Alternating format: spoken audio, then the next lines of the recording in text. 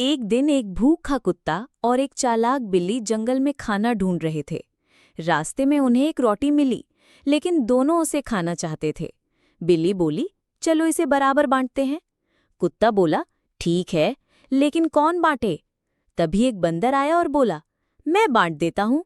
वो रोटी को तोड़ता गया और हर बार थोड़ा थोड़ा खुद खा गया। आखिर में रोटी खत्म हो गई। कुत्ता और बिल्ली एक दूसरे को देखकर हंस पड़े। अब अगली बार खुद ही बांट लेंगे।